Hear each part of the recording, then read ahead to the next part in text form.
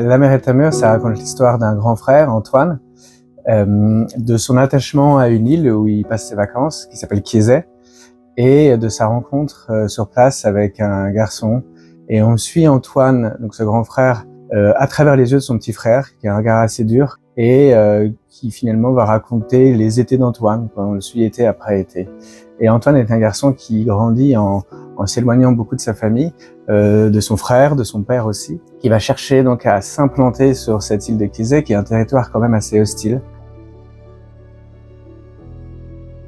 Et je trouve que l'insularité, ça offre un très beau cadre pour un livre.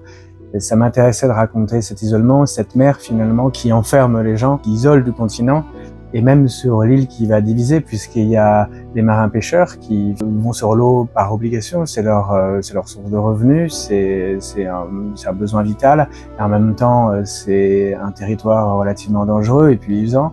Et en contraste, il y a les touristes, les estivants pour lesquels la mer est un loisir. Et donc je trouvais que la mer et l'île permettaient de fournir une image assez puissante pour toutes les fractures qu'on trouve dans le livre.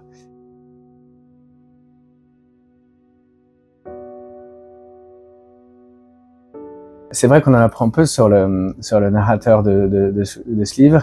Et en fait, c'est parce que j'ai toujours considéré que c'était pas le personnage principal de l'histoire, et aussi parce que j'avais très envie qu'il s'efface dans ce rôle d'observateur. Le narrateur cherche à comprendre la trajectoire d'Antoine, et il cherche à l'expliquer, il lui relie quelques points, il y a évidemment quelques clés. On a presque l'impression par moments qu'il le connaît aussi mal qu'un voisin.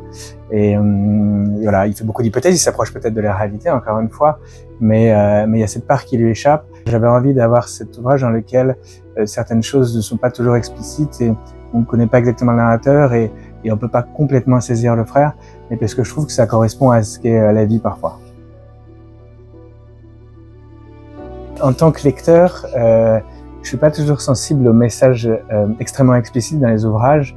Je suis venu à l'écriture par la poésie, et donc je pense que ça vient là, je suis très marqué par ça.